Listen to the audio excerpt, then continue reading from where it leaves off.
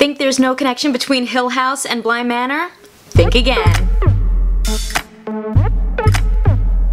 While The Haunting of Bly Manor seems to have no connection to its predecessor Hill House, outside of some similar actors, a story about haunted houses and haunted people, and ghosts lurking in the backgrounds, there may be more hidden here than it seems. Hey, it's Kristen, and today we are talking about some of the connections, parallels, and references to The Haunting of Hill House in Bly Manor. Just a warning, there will be spoilers. Consider subscribing if you like my videos, and drop down in the comments and let me know, did you catch any of these references between Bly Manor and Hill House, or maybe some that I even missed? Youre Expected was a tagline for the first season of Hill House, and was the last thing Olivia, possessed by the home, said to Nell before leading her to her death. You're expected. This is also the same phrase Flora says to Danny when she first arrives at Bly Manor. You're expected. Looking a bit closer, this could be the first sign we see, along with her overuse of splendid, that Flora is possessed by a ghost. When Danny is sitting on her bed in Bly Manor with her head in her hands, her neck is bent at an unnatural angle which feels like a callback to her bent neck lady arc from Hill House. Shout out to Heavy Spoilers for noticing this moment. We see flashbacks to the catalyst from Miles acting out to get sent home from boarding school, which is a crayon-written letter from Flora saying, "Come home." There was a similar crayon message written under the wallpaper at Hill House that said, "Come home Nell," and was later revealed to be "Welcome home Nell." When Danny asks Miles and Flora to show her their teeth to prove they really brushed them,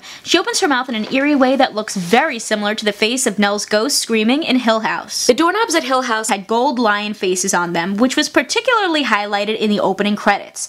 With Bly Manor's front doors featuring 2 gold lion knockers, it seems like a foreshadowing of the horrors to come. Following his mother's funeral, Owen asks Hannah to come to Paris with him, saying, "I'm untethered now whether I like it or not." This untethered idea also rings a bell when it comes to Olivia and Hugh's love story. Hugh says that Olivia was the kite and he was the line, and she would become untethered and float away without him. This could also hint at the love story Owen and Hannah could have had if given the chance. As Hannah travels through different memories, that idea of time not being linear returns. Hannah and Owen have a conversation about moments being like markers or chapters, but can't really land on an exact answer. This seems to connect back to Nell's discussion with her siblings at Hill House, saying our moments aren't laid out like dominoes, but fall around us like rain or snow or confetti. Just like Olivia in Hill House, both Hannah and Miles refer to their experiences in the house, Hannah realizing she's dead and Miles being possessed, as having a strange dream. Mrs. Kristen, I'm having the strangest dream. Determined to keep her family and marriage together, Charlotte Wingrave says, I can fix it. which echoes Hugh's thoughts about Hill House and how he thought he could fix anything from the model house to even Olivia's death. I can fix it. They both suffer a similar fate and are actually unable to fix any of these things. There are also some similar shots between the seasons that tie them together, including a lying down shot with Henry Wingrave and his doppelganger, which is shot in the same way as when Nell sees the bent neck lady above her. When Rebecca finally comes face to face with Peter, now a ghost, he says, "I never left you. I was here this whole time, but you couldn't see me. Not right away." This echoes young Nell telling her family, "I was here, I was right here, I was right here and I was screaming and shouting and none of you could see me. Why couldn't you see me?" when they couldn't find her in the house during the storm. The idea of the forever house is brought up in both seasons. In Hill House, we see Olivia's plan for the forever house that she wants to build for her family, though in the end, Hill House becomes her forever home. In Bly Manor, Peter tells Miles that if he allows him to possess him, he'll be tucked away into his forever home with his late mother and father.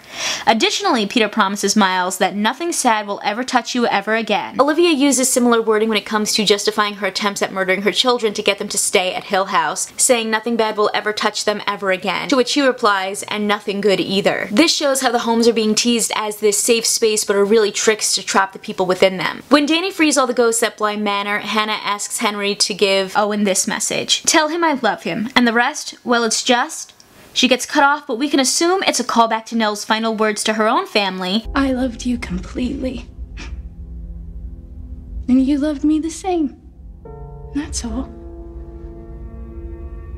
The rest is confetti. Similarly to Olivia being taken over by Hill House and waking up from a dream to find herself at her husband's throat with a screwdriver, we see years after Danny takes in the Lady of the Lake, she dreams of choking Jamie to death, waking up with her hand by her throat. While neither kills their spouse, they do both end up giving in to the calls of these haunted houses and their histories. Some other references you might have noticed include that similar haunting soundtrack, and possibly a reference to Flanagan's project Oculus. He's hidden the Lasser glass mirror in tons of his other projects, including Dr. Sleep and Hill House. Did you happen to catch it in Bly Manor? If you like this video, you can check out more of my explainers and reviews right over here, and I will catch you in the next one. See ya!